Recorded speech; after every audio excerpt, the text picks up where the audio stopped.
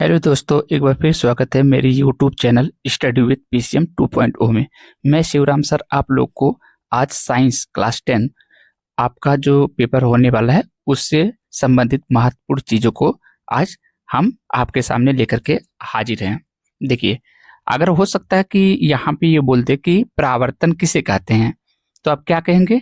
जब प्रकाश की किरण किसी पालिशदार व चिकनी तल पर गिरती है तो उसका अधिकांश भाग वापस उसी माध्यम में लौट आता है। प्रकाश की चिकनी तल से टकरा कर लौटने की इस प्रक्रिया को प्रकाश का परावर्तन कहते हैं। ठीक है, यहाँ पर अगर ये आपको समझ में आ गया तो इम्पोर्टेंट ये हो सकता है आप लोगों के लिए।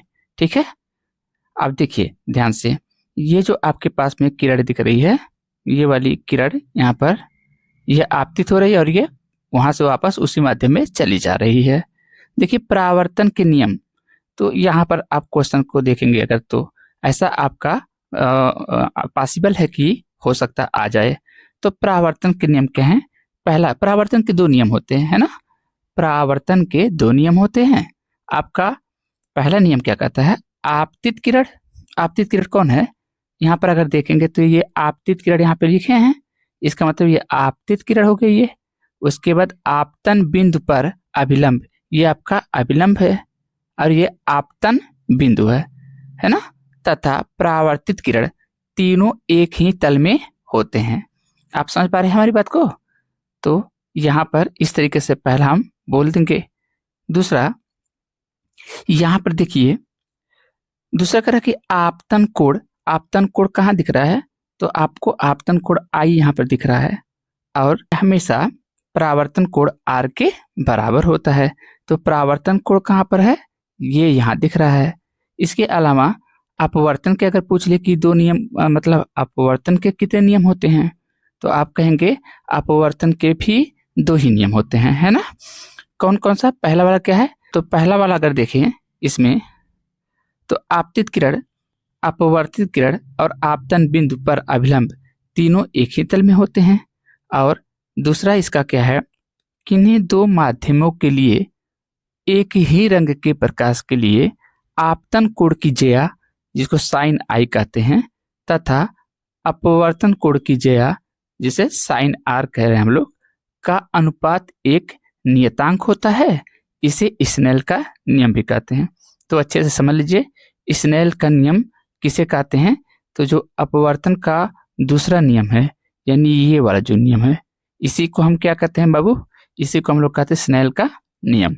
ठीक है, आगे बढ़ते हैं। अगर आपको स्क्रीनशॉट लेना हो तो ले लीजिए। ठीक है, आगे बढ़ रहे हैं। देखिए यहाँ पर आपके पास में किसी वस्तु का अवतल दर्पण द्वारा बना प्रतिबिंब आभासी, सीधा तथा वस्तु से बड़ा पाया गया। वस्तु की स्थिति कहाँ होगी? देखिए बहुत आराम से देख लीजिए आप लोग। अवतल दर्पण अगर कह रहा है तो अवतल दर्पण से ही आप लोग पहचान लीजिएगा ट्रिक कि ये अवतल दर्पण अगर आपके पास में है तो अवतल दर्पण में टोटल 6 केस बनते हैं। और ये 6 केस में अगर एक केस ऐसा होता है, लास्ट वाला जो केस होता है, जिसमें अवतल में देखिए 5 केस ऐसा होता है जिसमें वास्तविक बनता है। क्या बनता है बेटा? वास्तविक बनता है। एक केस ऐसा होता है जो कि आपका वास्तविक नहीं बनता है, वो कैसा बनता है? आभासी बनता है। और आपसे क्या कह रहा है कि प्रतिबिंब आभासी हो। अच्छा, यानी कि जब आभासी कह दिया तो आपके पास की पॉइंट क्या हो गया कि आभासी जब कह दिया तो छठवां वाला है। अच्छा, और सीधा भी बनता है। मतलब 5 केस आपके देखेंगे तो इसका इमेज उल्टा बनता है, लेकिन जो छठवां केस है यानी कि जो आभासी वाला है वो आपका कैसा बनता है? वो सीधा बनता है, आप वस्तु से बड़ा रहता है। तो ये कब बनता है? तो देखिएगा, ये तब बनता है, देखिए अगर यहाँ पर हमारे पास में ये हमारे पास में कोई अवतल दर्पण है। क्या है? अवतल दर्पण ऐसे। तो यहाँ पर वो कब बनता है? तो देखिए यहाँ पे आपके पास में, यहाँ पे आपके पास ये वाला, इसको कहते हैं ध्रुव, यानी पोल कहते हैं। और उसके बाद में आपके पास में यहाँ पे कौन है? यहाँ पे आपके पास फोकस होता है। तो जब ये पोल और फोकस के बीच में कोई आपके पास में क्या रहे, ध्यान से समझिएगा इस चीज को, क्योंकि यहाँ देखिए आ सकता है ये यहाँ पर कोई आपका वस्तु है, यानी कहाँ है, ये फोकस इसको बोल रहे हैं, और पोल यानी ध्रुव इसको बोल रहे हैं। तो फोकस और पोल के अगर बीच में आपके पास में क्या आपका वस्तु है, वस्तु नहीं, आप ही खड़े हो जाइए, आप हम कोई भी, तो उसका प्रतिबिंब कहाँ बनता है बेटा, ये बनता है ये दर्पण से आपके पास पीछे बनेगा और सीधा बनेगा और आभासी रहेगा और वस्तु से बड़ा रहेगा। उम्मीद करता हूँ आप लोगों को बात समझ में आ गई होगी। देखिए अब यहाँ पर आपसे कह रहा है कि किसी गोली दर्पण तथा किसी पतले गोली लेंस दोनों की फोकस दूरियां -15 सेंटीमीटर है। देखिए ये अगर इस प्रकार से सवाल आता है तो क्या करेंगे, गोली दर्पण है, अच्छा, और क्या कह रहा है आपका की पॉइंट हम आपको बताएंगे की पॉइंट समझाने के लिए। देखिए कह रहा है किसी गोली दर्पण तथा किसी पतले गोली लेंस, अच्छा, दोनों का जो फोकस दूरी है वो -15 है बेटा। तो देखिए आपके पास में अगर हम लेंस की बात करें, ठीक है, एक हम लेंस की बात कर रहे हैं पहले, तो लेंस ये वाला हमारे पास में होता है उत्तल, उभरा हुआ तल, इसको उत्तल बोलते हैं क्योंकि इसका तल देख रहे हैं उभरा हुआ है, जैसे तूंद फेंका हुआ एक इंसान होता है उसी तरीके से ये तूंदू वाला है ना। तो यहाँ पर आप देखिएगा ध्यान से, अब यहाँ से प्रकाश जाता है और ऐसे टकरा के यहाँ पर यहाँ फोकस होता है, तो ये फोकस हमारा कैसा है, पॉजिटिव है।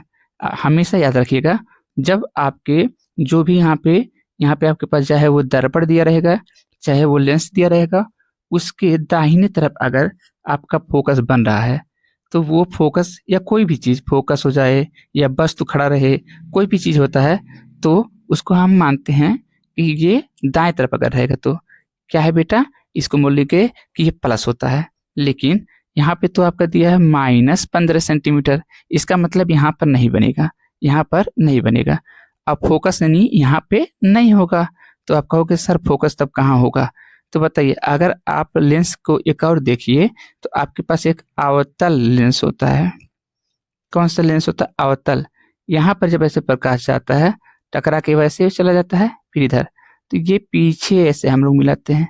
अब की बताइए यहाँ पे फोकस बना, तो बताइए अब की बार इस दर्पण से, नहीं ये तो दर्पण नहीं है, इस लेंस से दाहिने तरफ बना है फोकस या बाएं तरफ, तो ऑब्वियसली ये ऑब्वियस बात है कि बाएं तरफ बना है, तो हमारा फोकस कैसा होगा, निगेटिव होगा। अच्छा, यानी एक हमको आंसर मिल गया कि अवतल लेंस होगा। अब देखिए कह रहा कि किसी गोली दर्पण, अब दर्पण ले लीजिए, किस दर्पण में, अब देखिए ध्यान से, किस दर्पण में आप लोगों का जो लेंस होता है मतलब फोकस होता है, किस दर्पण में आप लोग का फोकस निगेटिव होता है। तो अब देखिए ये आपके पास अवतल दर्पण होता है, इसमें आप जब ऐसे जाते हैं तो फिर ये उसी दिशा में वापस चला आता है, यानी यहाँ पे फोकस हो रहा है।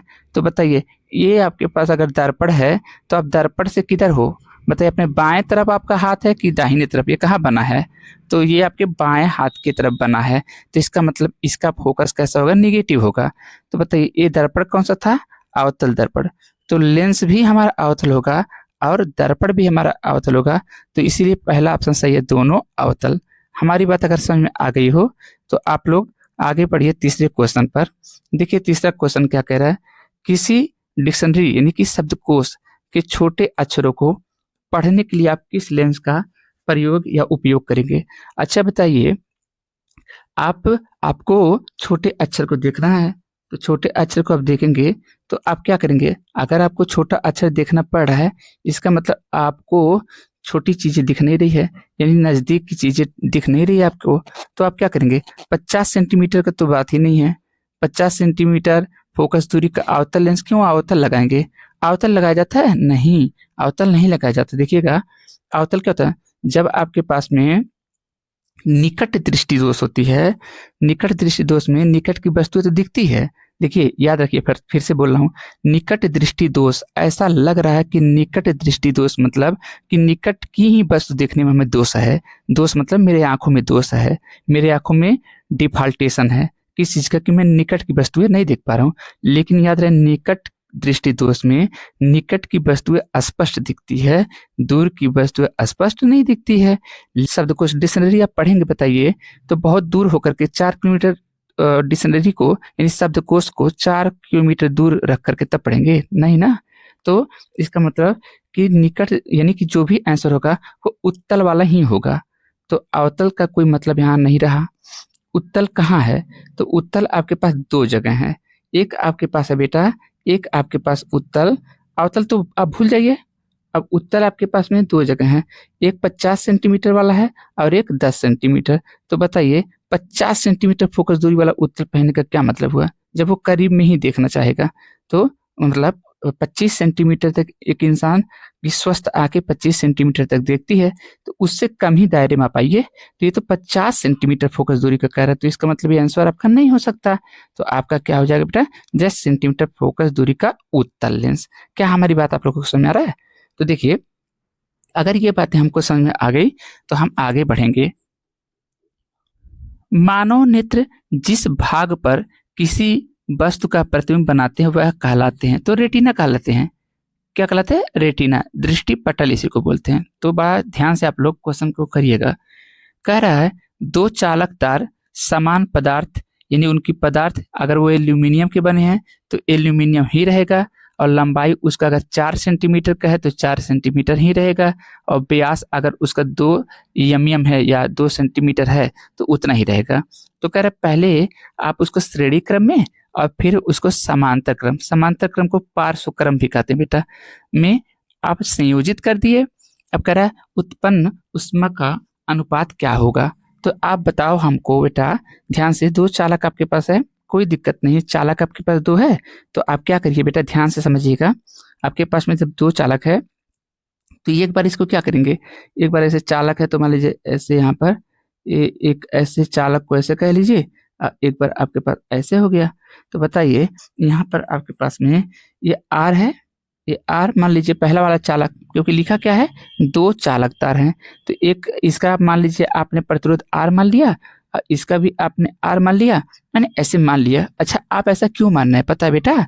हम लोग तो पढ़ते थे R1 R2 करके, मास्टर साहब क्लास में पढ़ाए हैं, लेकिन हम तो आर आर कह रहे हैं क्योंकि यहाँ कह रहे हैं समान पदार्थ है और उनकी लंबाई भी समान है और उनका व्यास भी समान है। जब सब कुछ समान है तो उनके प्रतिरोध भी समान होंगे बेटा, ठीक है। तो यहाँ पे ये किस क्रम में है, ये श्रेणी क्रम में है, तो आर और आर को जोड़ देंगे तो 2R हो जाएगा, सही है। तो देखिए श्रेणी क्रम में इसलिए आया है 2R। अच्छा, फिर कह रहे उनको अब पार्श्व में जोड़ दीजिए। पार्श्व का मतलब कि इसको देखिए अगर आ गया हो तो देखिए ऐसे ऐसे जोड़ा जाएगा। देखिए बेटा, यहाँ पर आपके पास में ये ऐसे और फिर आपके पास में ये ऐसे। तो देखिए यहाँ जब जोड़ेंगे तो इसको एक को आर मान लेंगे और इसको भी आर मान लेंगे, और आपको पता है कि पार्श्व क्रम में यानी कि समांतर क्रम में 1/r बराबर 1/r1 प्लस 1/r2 ऐसे करके जोड़ा जाता है। तब ऐसा जब करेंगे आप तो इसका वैल्यू कितना आ जाएगा, r/2 आ जाएगा। अच्छा, अब इसको हम मिटा दे रहे हैं, ठीक है। देखिए अगर आपके पास में ये दोनों मिल गया है तो कर ऊष्मा का अनुपात क्या होगा? तो बताइए ऊष्मा का अनुपात कैसे निकालते हैं? तो याद रखिएगा, हर वक्त आपको याद रहना चाहिए ऊष्मा का अनुपात जब निकालेंगे आप लोग तो ऐसे करेंगे। देखिए आपके पास जो यच है ना, हीट, वो हमेशा जो होता है वो आपके पास में उल्टा मतलब इसका अनुपात होता है। आप ऐसे देखिए, आपको दिमाग में हम रखने के लिए बातों को ऐसे झूठू में देखिए ट्रिक टाइप का है ये, इसको ऐसे बैठा लीजिएगा आप लोग 1/r, और देखिएगा यहाँ पर क्या होता है, रिलेशन इसका होता है, रिश्ता, है ना।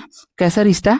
देखिए यहाँ पर आपके पास में अगर ये सेकेंडरी या फिर सीरीज बोल दीजिए, तो सीरीज माने श्रेणी क्रम में अगर जब आप तार जोड़े हैं तब हीट जो उत्पन्न हो रहा है, और यहाँ पर हीट उत्पन्न हो रहा है, तो हीट कब उत्पन्न होगा?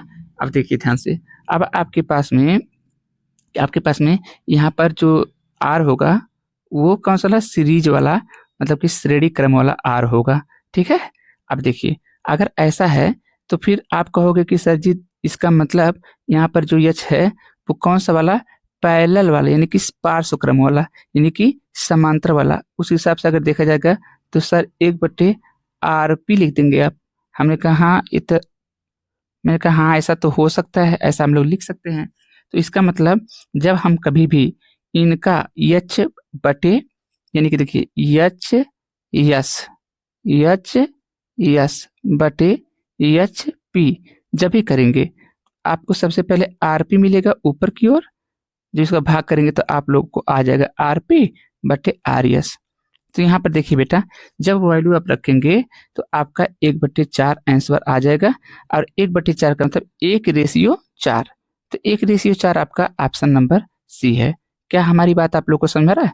अगर आपको ये चीज समझ में आ रहा है तो आगे बढ़ते हैं और देखते हैं। कह रहा है विद्युत धारा उत्पन्न करने के युक्ति को क्या कहते हैं, यानी विद्युत धारा हम किससे उत्पन्न करते हैं? तो हमको आपको सबको पता है ना कि जनरेटर से, यानी कि जनित्र से, तो उसको हम विद्युत जंत्र भी कहते हैं। तो आपको आई थिंक समझ में आ गया होगा। देखिए, धारावाही तार के निकट चुंबकीय क्षेत्र का सही वर्णन करता है। तो देखिए, अब मान लीजिए आपके पास में ऐसा कुछ नहीं, समझिए यहाँ पे आपके पास एक करंट ऐसे इस तार में जा रहा है, तो इसके ऐसे ऐसे, तो ये क्या होता है, ये जो दिख रहा है ये क्या होता है बेटा, ये चुंबकीय क्षेत्र होता है। और ये मैक्सवेल ने बताया था अपने दाहिने हाथ के नियम से, है ना। तो ये आपका सबसे बढ़िया जो नियम है वो बताएगा कि धारावाही तार के निकट, अब यहाँ पे इसके निकट यहाँ पर कोई मान लीजिए बिंदु है P, तो इसका अगर आपको वैद्युत क्षेत्र निकालना है, वैद्युत क्षेत्र नहीं कहिए बेटा, चुंबकीय क्षेत्र कह दीजिए। तो कैसे निकालेंगे? तो देखिए, क्षेत्र रेखाएं तार के समांतर होती है। नहीं नहीं नहीं, ऐसा कैसे हो सकता है? क्षेत्र रेखाएं त्रिज्यीय होती नहीं भाई। अभी इसका इससे भी बढ़िया तो मेरे पास मिल जाएगा, संकेंद्रीय होता है। संकेंद्रीय वाला मेरा सही है। क्यों? संकेंद्रीय मतलब होता है कि आपके पास में एक सेंटर रहे और उसी सेंटर पर कई, आप क्या खींच लीजिए, वृत्त खींच पाइए, तब उसको कहेंगे संकेंद्रीय। मतलब कि हजारों वृत्त के अगर एक सेंटर रहे, एक केंद्र रहे, तब उसको संकेंद्रीय कहते हैं। चलिए आगे देखते हैं कि यहाँ पर कह रहा है बाबू कि यहाँ आपके पास में उत्सर्जन तंत्र संबंधित है। तो देखिए, वृक्क जो होता है, किडनी, वो हमारा उत्सर्जी, यानी कि जो खराब शरीर में खराब पदार्थ होते हैं, ठीक है, उसको बाहर निकालने का काम कौन करता है? उसको हमारे अंदर से कौन? वृक्क, जिसको किडनी कहते हैं, है ना। और जीव विज्ञान का ये कायिक लिखा है, देखिए यहाँ पे कायिक प्रवर्धन। तो कायिक प्रवर्धन यहाँ पर है, इसका आंसर नहीं हमें मिला है, तो अभी तो बताने में दिक्कत होगी। लेकिन देखिए यहाँ पे आगे क्या है, निम्न में से कौन बीज में परिवर्तित होता है? तो देखिए, ओवल्स जो होता है, बीजांड जिसको बोलते हैं, वही हमारा क्या होता है, वही हमारा बीज में, मतलब कि आगे चल करके वही बीज में परिवर्तित हो जाता है। यानी कि नाम से पता चला बीजांड है। बीजांड मतलब बीज के अंड, तो बीज के अंड जो हैं वो बीज में परिवर्तित हो जाएंगे। वही आपसे पूछा था। आगे आप बढ़िए। देखिए बाबू, यहाँ पर आपसे कह रहा है कि एक अवतल दर्पण से 25 सेंटीमीटर दूरी या दूर रखी वस्तु का 2 गुना बड़ा वास्तविक प्रतिबिंब बनता है। दर्पण की फोकस दूरी ज्ञात कीजिए। देखिए बाबू, यहाँ अवतल दर्पण है, तो अवतल दर्पण हमेशा आप दिमाग में अवतल रहेगा, तो आप लोग ऐसे कुछ आप लोग इमेज बना लीजिएगा, अपने दिमाग में बनाइएगा ये चीज। तो कह रहा कि इसके सामने एक अवतल दर्पण से 25 सेंटीमीटर, तो आप मतलब यहाँ पे रख रहे हैं। तो जब आप इस दर्पण के सामने रख रहे हैं, तो आपसे फिर से बताइए कि ये बाएं तरफ आपने लगा रखा है कि नहीं। इसको इस दर्पण से आप बाएं तरफ रखे हैं, तो इसलिए निगेटिव वैल्यू आ गया है, -25। अच्छा, अब लिखा है कि दूरी पर रखी वस्तु का 2 गुना बड़ा वास्तविक प्रतिबिंब। 2 गुना मतलब कि अगर हमारे पास में सिर्फ कभी 2 गुना 4 गुना ऐसे कह देगा, तो इसका मतलब वो आवर्धन का मान दे दिया है। तो देखिए, आवर्धन जिसको हम यम से दिखाते हैं, -2 है, ठीक है। और याद रहे हमेशा, यहाँ पे नोट के लिए हमने क्या लिखा है, वास्तविक प्रतिबिंब के लिए हमेशा चीजें, यानी कि किसका, यम का जो वैल्यू है हमेशा ऋणात्मक होता है, ठीक है, वास्तविक प्रतिबिंब के लिए, क्योंकि हमारा प्रतिबिंब यहाँ वास्तविक ही बनेगा, क्योंकि अवतल दर्पण है। अवतल दर्पण में आपको 6 केस हमने अभी बताया ना शुरुआती में, कि 6 केस में 5 केस तो आपका एकदम वास्तविक ही बनता है। ओके, अब यहाँ पर देखिए, जब हमारे पास यम का वैल्यू यहाँ पर दे दिया है -2, तो ये -2 हमने रख दिया। अब v का मान हमें अभी पता करना है, ठीक है। और u का मान हमें कितना दिया बेटा, तो u का मान हमें 25 दिया है। लेकिन देखिए, ये आप 25 रखेंगे तो निगेटिव में 25 रखना है, और ऑलरेडी आपके यहाँ पर किसमें, जो आपके पास में सूत्र होता है उसमें यहाँ निगेटिव होता है। देख लीजिए कितना है बेटा, यहाँ पर पहले देख लीजिए अच्छे से, -v तो रहेगा, और u का मान आपके पास में -25 है। तो यहाँ पर क्या रख देंगे, यहाँ पे रख देंगे -25 रख देंगे। अब जब -25 रख देंगे, क्योंकि u का मान -25 हमें पता है, तो ये माइनस से ये माइनस कट जाएगा, तो ये 25 का आपका 2 में क्या हो जाएगा गुणा, तो 50 हो जाएगा कि नहीं, तो 50 निगेटिव हो जाएगा v का मान। और दर्पण का सूत्र हम लोग जानते हैं कि ये वाला भूलिएगा नहीं, ये होता है। अब यहाँ पर देखिए 1/, ये 50 हो गया और निगेटिव में आया है जो वैल्यू वही रखना है, ये वाला वैल्यू रखना है और प्लस, और यहाँ पे निगेटिव में 1/, -25 है। तो इसका ओवरऑल जब आप करेंगे तो आपका वैल्यू कितना आ जाएगा, -16.67 सेंटीमीटर लगभग आएगा। माइनस आया है तो ये बता रहा है कि फोकस दूरी निगेटिव में है, इसका मतलब बाएं तरफ है, तो सही बात है। आप पढ़ते हैं ना कि जो दर्पण होता है कौन सा, खास करके जो अवतल दर्पण होता है, अवतल, यहाँ निगेटिव में ही आपके पास में, यानी कि बाएं तरफ आपका क्या बनता है, उसका फोकस बनता होगा। बताएं ऐसे ऐसे बताए ना कि ऐसे आता है फिर इधर ही बन जाता है, तो इस दर्पण से बाएं तरफ ही तो बना है। तो आपका ये क्वेश्चन सॉल्व हो गया इस तरीके से। आगे कहता है कि संलग्न चित्र आपको दिखाया माध्यम ए से बी, जब ये बोल दिया कि ए से हमें बी जाना है तो इसका मतलब क्लियर हो गए हम लोग कि माध्यम ए से हम बी की ओर आ रहे हैं।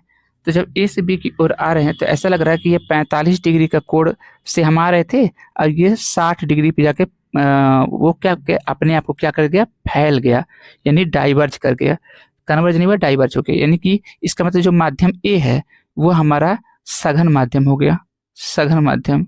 और ये हमारा 60 डिग्री है ना, मतलब ये 45 से ज्यादा हो गया, देखो 60 डिग्री, तो ये आपका विरल माध्यम हो गया बेटा। कौन सा माध्यम, विरल माध्यम, ठीक है।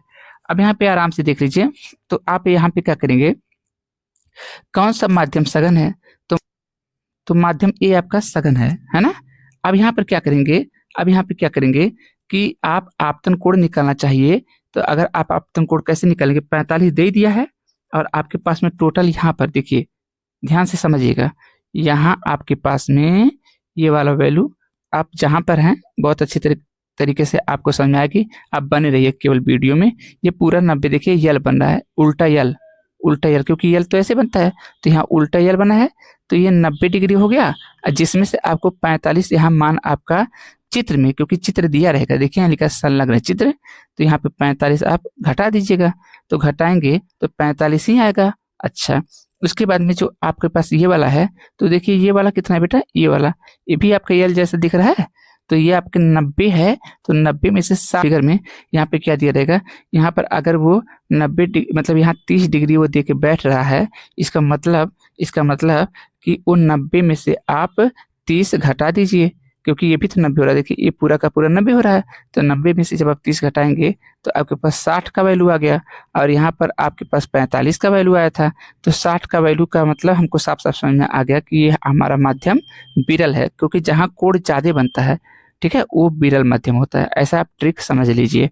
जो n का मान आप निकालेंगे तो स्नेल का नियम का कहता है sin i बटे sin r, तो साइन आई का मान 45 डिग्री है तो आपने यहाँ रख दिया, और साइन 60 का मान आपका 60 डिग्री है ना, मतलब साइन 60 का तो साइन 60 ही लिखेंगे। अब 45 का 1/2 होता है, 60 का 3/2 होता है, इसको काटेंगे तो 2/6 हो जाएगा, 2/6। अब अंश और हर का इसमें गुणा करेंगे तो ये हो जाएगा आपके पास में, ये वैल्यू आ जाएंगी, तो ये इसका मतलब कि हमारा आंसर आ चुका है। और अगर बहुत ज़्यादा हमको और समझाना होगा तो हम कहेंगे कि जो ए मीडियम है वो माध्यम कैसा है, ए माध्यम हमारा सघन है, और बी माध्यम उसके अगर उससे तुलना किया जाए ए से तो ये विरल माध्यम है। आगे आपके से कह रहा है एक निकट दृष्टि दोष वाला व्यक्ति, अब निकट दृष्टि दोष है, यानी कि निकट दृष्टि दोष में निकट की वस्तु तो स्पष्ट दिखती, दूर की वस्तु स्पष्ट नहीं दिखती है, तो दू कहेंगे तो देखिए दू ऊ आ रहा है, तो यहीं से आपसे पता चल जाएगा कि उत्तल, यहाँ पे पहले नंबर ही तुरंत आप यहाँ उत्तल लिख लीजिए, कहीं ना कहीं आप उत्तल लिख लीजिए बेटा। तो कह रहा है एक निकट दृष्टि दोष वाला व्यक्ति 20 सेंटीमीटर दूरी पर स्थित वस्तु पढ़ सकता है, यानी कि 25 सेंटीमीटर तक पढ़ना चाहिए। भी पुस्तक को 25 सेंटीमीटर दूर रखकर पढ़ने के लिए कैसा और कितनी क्षमता का लेंस चाहिए। तो निकट दृष्टि दोष वाला है, तो निकट एर है, तो अवतल इसको लेंस चाहिए होगा, क्या अवतल लेंस ये प्रयोग करेगा। अच्छा, अवतल लेंस जब प्रयोग करेगा तो हम इस चीज को हम बड़ा अच्छे से समझ जाएंगे कि भैया अवतल, चलो ठीक है, अवतल दिमाग में बैठा लीजिएगा, अवतल यहाँ लिख दीजिए कहीं पर, अवतल यहाँ पे लिख लीजिएगा ऐसे कहीं। उसके बाद क्या कह रहा है, कह रहा है कि वो 20 सेंटीमीटर की दूरी पर अगर वस्तु रखा है ना, 20 सेंटीमीटर की दूरी पे वस्तु रखा है तो ठीक है, पढ़ सकता है उतना। अभी तो रखा है नहीं, कह रहा पढ़ सकता है। पुस्तक को 25 सेंटीमीटर दूर रखकर, अगर उसी को 25 सेंटीमीटर दूर रखा जाए, किसको, पुस्तक को, तो पुस्तक क्या है, वस्तु है ना, तो वस्तु को 25 सेंटीमीटर की दूरी पे कह रहा रख लीजिए। तो जब वस्तु जो है उसको तो यू से दिखाते हैं हम लोग, तो देखिए यू का मान 25 सेंटीमीटर दिया है, और यहाँ पे कह रहा कि ये 20 सेंटीमीटर जो है, अब वो उसका क्या मिल जाएगा, उसका वस्तु का इमेज जो मिलेगा उसका यहाँ पे हो जाएगा, है ना। जब u आपका 25 सेंटीमीटर मिल गया तो फिर ये 20 क्या है, इसका मतलब ये v का मान है। अब आप फार्मूला को रख दीजिए। जब फार्मूला पे आप रखेंगे तो आपके पास में ये पूरा वैल्यू आप लोग इसको सॉल्व भी कर लेंगे, और ये आपके पास फोकस क्या आ जाएगा, f माइनस 100 सेंटीमीटर आ जाएगा।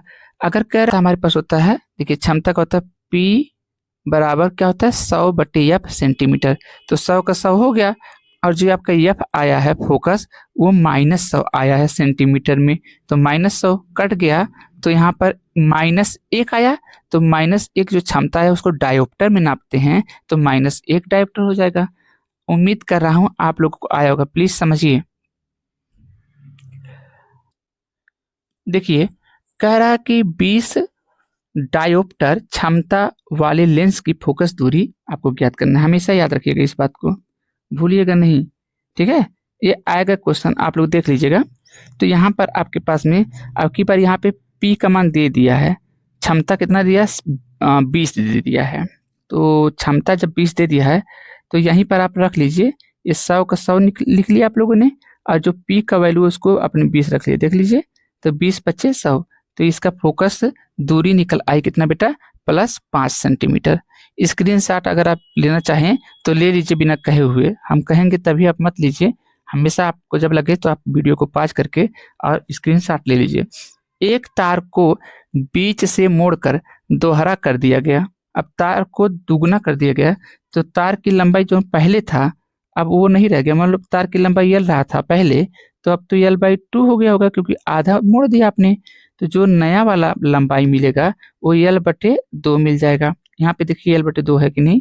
अच्छा अब बताइए, पहले मान लीजिए कि उसका मोटाई था A, तो अब ये मतलब कि तार को दुगना कर दिए, मतलब जब उसको दोहर दिए, दोहरा मतलब यहाँ नया देखिए लिखा है दोहरा, दोहरा मतलब उसको दोहरा कर दिया, तो अब 2A हो जाएगा।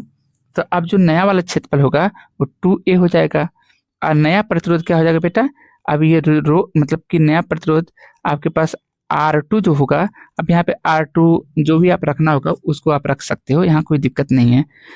अच्छा क्योंकि ये पहले वाले को माना है R1, देखिए R1 माना है, तो ये आपके पास में पूरा फार्मूला पर सवाल आता है, याद रखिएगा, ऐसा ना होवे। देखिए रो का रो कर लीजिए, L2 का L/2 हो गया, देखिए ये हटा करके देखिए मैं यहाँ पे आपको बता दिया, यहाँ रख देंगे L2 की जगह पर, और यहाँ पर ए, देखिए ए की जगह पे क्या रख देंगे बेटा, ए की जगह पे मेरे पास क्या हो गया, देखिए ए की जगह पे मतलब अगर देखेंगे तो 2A हो गया, मतलब नया वाला क्षेत्रफल, ए कहने का अर्थ इसका था। तो A2 की जगह पे आपके पास में 2A हो गया, इसको काटेंगे तो ये आपके पास में क्या हो जाएगा, R1/4 आ जाएगा। ये आप लोग जानते हैं, इस चीज को आप लोग स्क्रीनशॉट ले लीजिए। देखिए बेटा 20 ओम, 24 ओम और 30 ओम के प्रतिरोध को हम श्रेणी क्रम में जोड़ेंगे, और उसके बाद में एक बार हम उसको समांतर क्रम में जोड़ करके तुल्य प्रतिरोध निकाल लेंगे। तो जब इसको 20 को और यहाँ पर 24 को और 30 को आप श्रेणी क्रम में जोड़ेंगे तो डायरेक्ट आंसर आ जाएगा, R बराबर R1 + R2 + R3। लेकिन जब इसको आप समांतर क्रम में जोड़ेंगे बेटा तो 1/20 + 1/24 + 1/30 ऐसे करके आएगा, और आप लघुत्तम सबका लेकर के आप सॉल्व कर देंगे तो R का मान आपका देखिए 1/R का मान 1/8 आया है, तो R ऊपर जाएगा तो R हो जाएगा, और 8 ऊपर जाएगा तो 8 हो जाएगा, तो R का मान 8 ओम हो जाएगा। अगला देखिए, किसी परिपथ में 5 एम्पियर की धारा 8 सेकंड तक प्रवाहित होती है, तो 5 एम्पियर की धारा, तो I का मान कितना है, 5 एम्पियर है। अच्छा कितना सेकंड तक बेटा, 8 सेकंड तक, तो टाइम दिया है 8 सेकंड, और कह रहा है कि अगर प्रतिरोध 20 ओम हो तो R का मान देखिए हम 20 दे दिया है, तो इसका मतलब सारा का सारा वैल्यू हमें पता चल गया। तक कहता है कि कुल कितने इलेक्ट्रॉन उसमें होंगे, तो कुल इलेक्ट्रॉन के लिए हम सूत्र क्या रखते हैं Q बराबर यानी सूत्र रख लेते हैं। अच्छा, लेकिन Q का मान हम तो I इंटू टी जानते हैं। अच्छा, तो यहाँ पर आप देखिए N और E यहाँ दिख रहा है और यहाँ भी आपके पास N ही दिख रहा है, लेकिन जो Q आपको दिख रहा है उसके जगह हम I इंटू टी लिख दिए हैं। देखिए क्योंकि यहाँ पर है ये I इंटू टी है ना। तो देखिए N का मान निकालेंगे तो I टी और ये इलेक्ट्रॉन नीचे चलाएगा तो आपके पास ऐसा कुछ मिल जाएगा। अब बस आप मान को रख दीजिए। मान आपका क्या है मालूम है? आपका मान I जो है वो 5 है। देखिए 5 हो गया और जो टी है, टी मैंने समय, तो समय आप ले रहे थे 8 सेकंड तक, तो 8 आपने लिख दिया। और एक इलेक्ट्रॉन का जो चार्ज होता है बहुत इंपॉर्टेंट है, 1.6 गुणे 10 पे माइनस 19 कूलम होता है।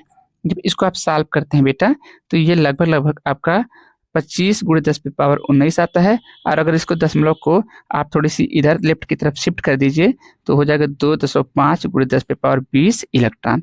ये आपके पास में आंसर होगा। अब यहाँ पर दूसरा कह रहा है कि उत्पन्न ऊष्मा की आप क्या करिए, गणना कर लीजिए। तो उत्पन्न ऊष्मा की गणना आप कैसे करेंगे बेटा?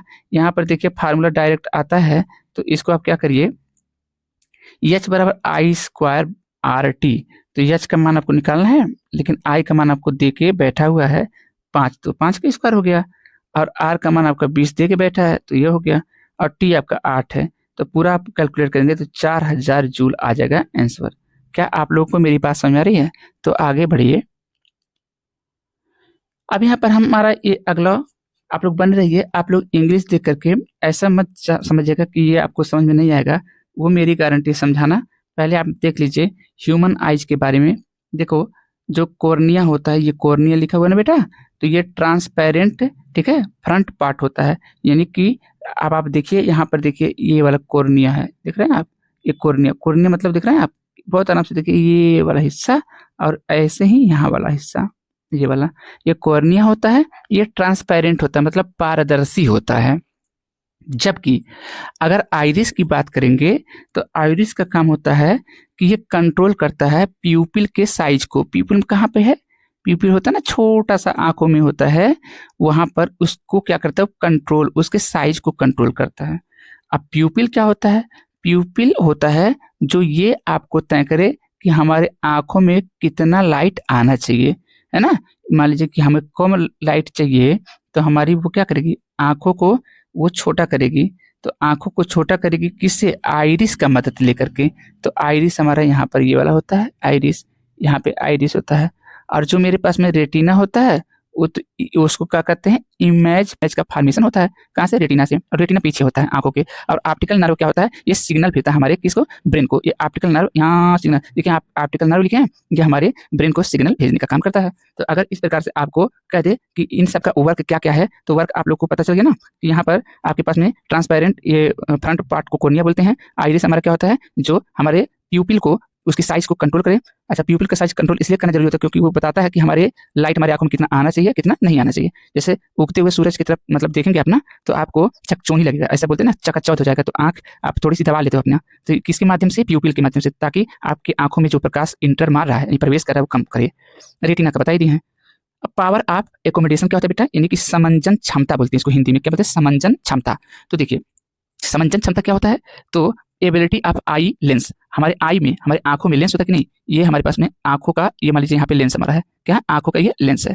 तो आंखों के लेंस को, उस मतलब हमारे आंखों में जो लेंस लगा उसका फोकल लेंथ को बढ़ा देना या घटा देना, जैसा जरूरत हो वैसा कर देना, यानी एडजस्टमेंट करना। किसको, किसका एडजस्टमेंट करना है? हमारी जो लेंस है, हाँ, आंखों वाली जो लेंस है, जो हमारी आंखों में नेचुरली, जो हमारी आंखों में भगवान ने क्या दिया, लेंस दिया है, उसकी बात कर रहा है कि इसको क्या करना, इसको विभिन्न वस्तुओं को देखने के लिए हमें अपने आंखों में उपस्थित जो लेंस होती है उसके फोकल लेंथ को बढ़ा या घटा देने की क्षमता को ही हम क्या कहते हैं? इसको कहते हैं हम लोग समंजन क्षमता।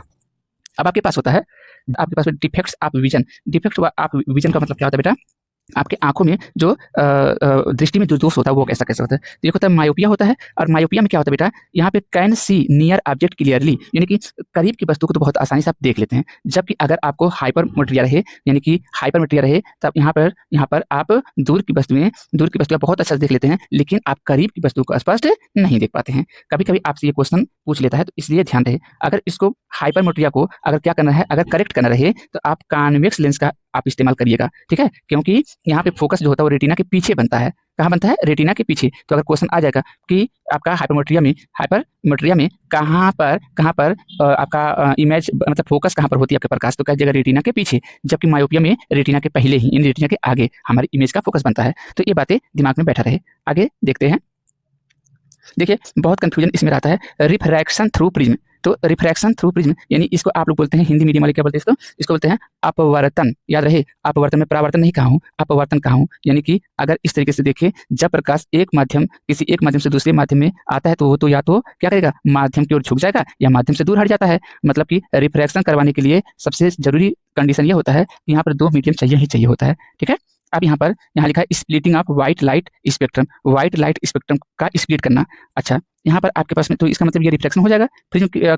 अगर प्रिज्म के थ्रू देखा जाए तो डिस्पर्जन ऑफ लाइट, यहाँ पर विबग्योर, यानी कि आपके पास में डिस्पर्जन जब होता है तो आपके पास 7 कलर बनते हैं जिसको विबग्योर से याद रखते हैं। अच्छा, एटमॉस्फेरिक रिफ्लेक्शन जब होता है तो तारे हमारे चमकते हैं, यानी हमको तारे चमकते हुए दिखते हैं। तारे तो मतलब क्या चमकेंगे, तारे चमकते हुए हमको कब दिखते हैं, जब यहाँ पे वायुमंडलीय, हाँ वायुमंडलीय रिफ्रैक्शन माने वायुमंडलीय अपवर्तन होगा, तब वायुमंडलीय अपवर्तन होता है, तब हमको क्या देखने को मिलता है कि हमारे तारे टिमटिमाते हुए नजर आते हैं। और सन कभी होता है ना एडवांस सनराइज, यानी पहले ही 2 मिनट 3 मिनट पहले ही सूरज अभी उग गया, यानी कि अभी उगा नहीं लेकिन उससे पहले ही आपको दिखाई देने लगा। और कभी कभी क्या, जब ये सूरज डूबता है तो डिलेड सनसेट, यानी अगर डूबेगा 2 बजे तो दिखाएगा मतलब 2 बजे वो डूबा है, लेकिन दिखाएगा कि अभी भी वो डूबा नहीं है, ऐसा लगेगा कि 2 मिनट बाकी है डूबने में, जबकि वो डूब चुका हुआ होता है। ठीक है, तो इसको डिलेड सनसेट कहते हैं, और डिलेड में डिले हो गया है। अच्छा, एडवांस मतलब कि अभी सूरज उगा ही नहीं है, मतलब कि सच बात तो ये है कि उग चुका है, लेकिन हम लोग को 5 मिनट पहले ही वो दिखाई दे देता है, एडवांस में ही। अब मेरी बात अगर क्लियर समझ में आ गया हो तो आगे, अच्छा ये किसकी वजह से होता है, तो ये भी इसी की वजह से होता है, एटमॉस्फेरिक रिफ्लेक्शन की वजह से होता है।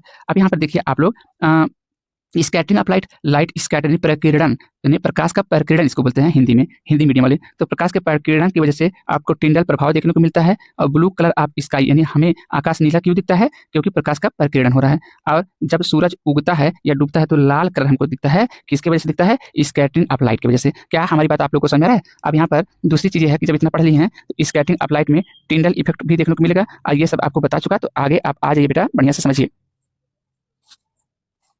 अब आपके पास में यहाँ पर हमने बताया था, तो यहाँ पे क्लियर थोड़ी सी और कर लीजिए कि यहाँ पर देखिए, यहाँ आपके पास में सिलियरी मसल्स है, ठीक है, यहाँ कॉर्निया, आइरिस और लेंस है, ठीक है, अच्छी बात है। और रेटिना मेरा ये वाला जो काला वाला ये पूरा दिखा ना, यही हमारा रेटिना का एक हिस्सा है ना, पूरा रेटिना नहीं कहें लेकिन रेटिना का एक हिस्सा कह सकते हैं, जो दृष्टि पटल होती है।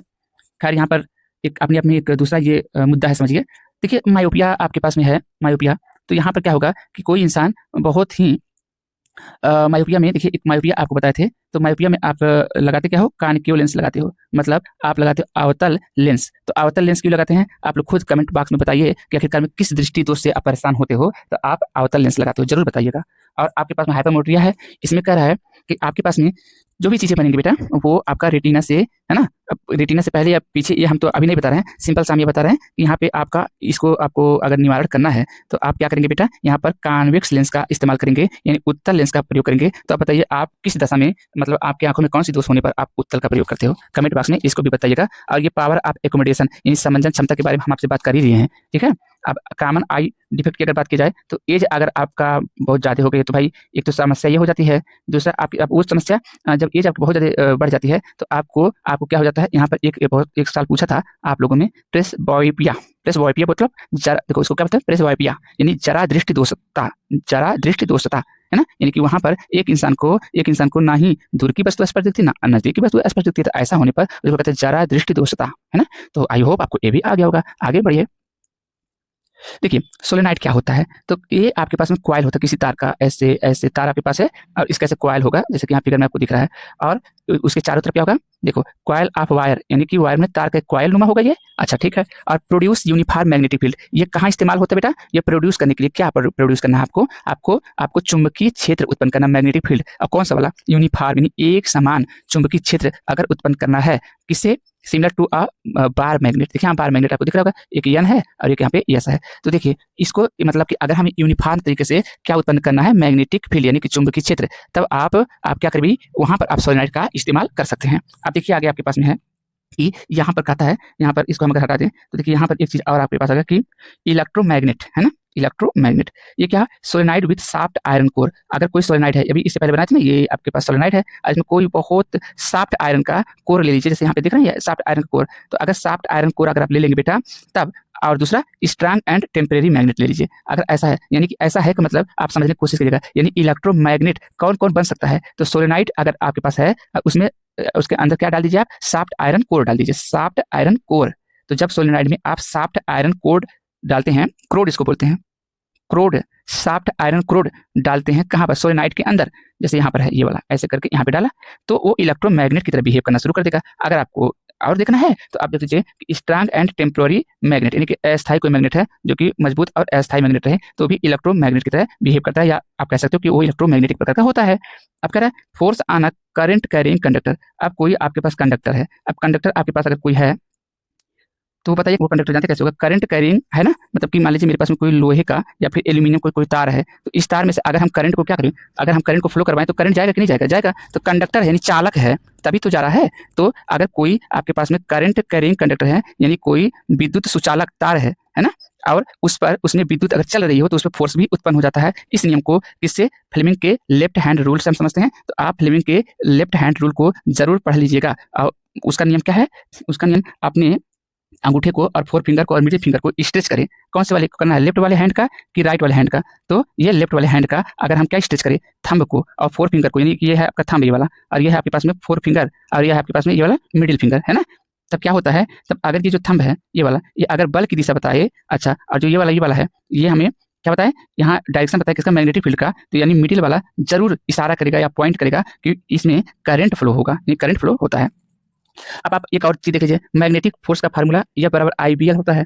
तो F क्या होता है बेटा, आपके पास में फोर्स तो बताया कि मैग्नेटिक फोर्स होता है, और B क्या होता है, मैग्नेटिक फील्ड होता है। अच्छा, I करंट होता है, और L क्या होता है कि कंडक्टर का लंबाई कितना है। क्या ये बातें आप लोग को आ गई, आगे बढ़ जाइए।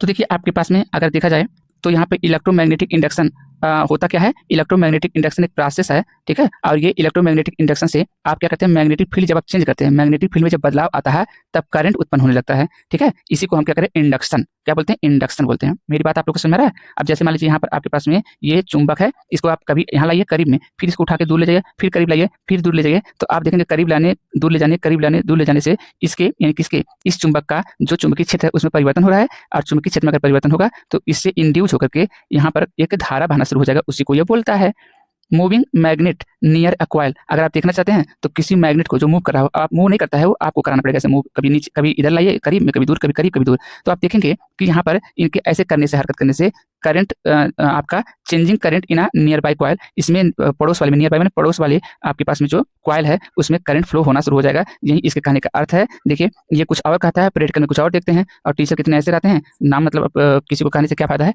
लेकिन ऐसे कुछ भी बोले जाते हैं, इसका प्रैक्टिकल प्राप्त होता है। जो प्रैक्टिकल किया है हम लोग, प्रैक्टिकल करके तब इस चीज को हम लोग पढ़ा रहे हैं। देखिए फैराडेज लॉ, यहाँ पर फैराडे का नियम क्या था, तो फैराडे ने बोला कि जब कभी भी किसी मैग्नेटिक फ्लक्स में क्या कर रहे हैं आप लोग, मैग्नेटिक फ्लक्स में अगर चेंजिंग कर रहे हैं समय के साथ साथ, तो यानी कि इसको मैग्नेटिक फील्ड को आप यहाँ पे ऐसे डी बी, मतलब देखिए डी फाइव बी, यानी कि डी फाइव बी मतलब, फाइव बी मतलब होता है चुंबकीय फ्लक्स, और डी मतलब परिवर्तन। तो चुंबकीय फ्लक्स में परिवर्तन हो किसके साथ साथ, टाइम के साथ साथ, तब वहाँ पर क्या एक उसमें EMF चेंज, मतलब EMF प्रोड्यूस हो जाता है, यानी विद्युत वाहक बल उसमें प्रोड्यूस हो जाता है। तो अगर पूछेगा फैराडेज लॉ क्या है, तो फैराडे का आप नियम बता दीजिएगा इस हिसाब से, ठीक है। अब यहाँ पर मोशनल EMF क्या है भाई, तो यहाँ induced current flows in a direction such that, आपको देखिए ये आपके पास में अगर कोई पूछेगा तो इसको लेंज का नियम भी बोलते हैं। तो लेंज का नियम क्या कहता है, मैं आपको इसको बता दे रहा हूँ। ये कह रहा है, लेंज का नियम कहता है, हमेशा याद रखिएगा, एडजस्ट करिए आप लोग चीजों को, कि ये उस कारण का विरोध करती है जिससे यह स्वयं उत्पन्न होती है। अपने पापा से उत्पन्न हुए हो, लेकिन अपने पापा का ही आप विरोध करिए, तो बताइए ये कैसा नियम तब हो जाएगा, लेंज वाला नियम हो जाएगा, कि अपने पापा से ही आप पैदा हुए और अपने पापा का ही विरोध करना शुरू कर दी है। तो ये आपकी बात समझ में आई होगी। यहाँ पे सिर्फ देखते रहिए, आपके लिए काम की चीज है, ये वाला रेजिस्टिविटी आप इसको याद कर लेंगे, और इलेक्ट्रिक पावर ये आप याद कर लेंगे बेटा, स्क्रीनशॉट ले लीजिए क्योंकि सवाल इस पर बनते हैं। और हीटिंग इफेक्ट ऑफ करंट में आप देखेंगे कि जब आपके पास आपके तारों में करंट फ्लो होती है, तो लंबे समय तक करंट फ्लो होती रहे, तब वो तार हीट हो जाता है, नहीं तो हीट क्यों हो जाता है, अब हीट होता है तो इसका मतलब वो एनर्जी लॉस कर रहा है अपना, नहीं, एनर्जी लॉस करता है किस रूप में, हीट के रूप में। तो मतलब कि एनर्जी डिसिपेट हो गई, डिसिपेट मतलब गिर गई, यानी एनर्जी गिरती गई, डाउन होती गई। क्यों, क्योंकि रजिस्टर उसमें बहुत जाते उसका था। तो जूल का हीटिंग लॉ वही बोलता है कि H = I² RT, और ये बोलता है कि बोलता क्या, heating effect due to electric, है ना, energy dissipation in a resistor. तो बेसिकली ये बातें आप लोग को अगर आ रहा तो ठीक है, नहीं आ रहा तो बस आप लोग को कभी बोलेगा joule, heating effect of joule, तो आप कह दीजिएगा कि जब कभी भी किसी धारावाही चालक तार और स्पेशली यानी विशेष करके जिसका प्रतिरोध ज्यादा हो, है ना, उसमें अगर धारा प्रवाहित कराया जाता है टी टाइम तक, तब क्या होता है, उसमें कुछ समय के बाद में एक हीट जनरेट होती है, मतलब कि पावर डिसिपेट होता है, पावर गिरता है, ऊर्जा का मान गिरता है। ऊर्जा का मान गिरेगा तो जो ऊर्जा का मान उसका मतलब गिरा, डाउन हुआ, तो वहीं किसमें वो उत्पन्न हो जाता है, हीट के रूप में वहीं प्रोड्यूस होता है। तो जितना यहाँ पे आपका ऊर्जा डाउन होगा उतना वो हीट के रूप में निकलेगा, यानी कि जो ऊर्जा है इलेक्ट्रिकल ऊर्जा वो किसमें उत्पन्न होगा बेटा, वो हीट ऊर्जा में, आपका हीट ऊर्जा ने करके कह दीजिए हीट उष्मा में परिवर्तित हो जाता है। तो ये हीटिंग इफेक्ट ऑफ करंट है ना, ठीक है। अब देखिए यहाँ पर आपके पास है कि इलेक्ट्रिक करंट क्या होता है, तो यहाँ कहेंगे इसको चार्ज कहते हैं, क्या कहते हैं, चार्ज। तो the rate of flow of charge is called current, यानी कि आवेश के प्रवाह की दर को क्या कहते हैं, धारा कहते हैं, ठीक है।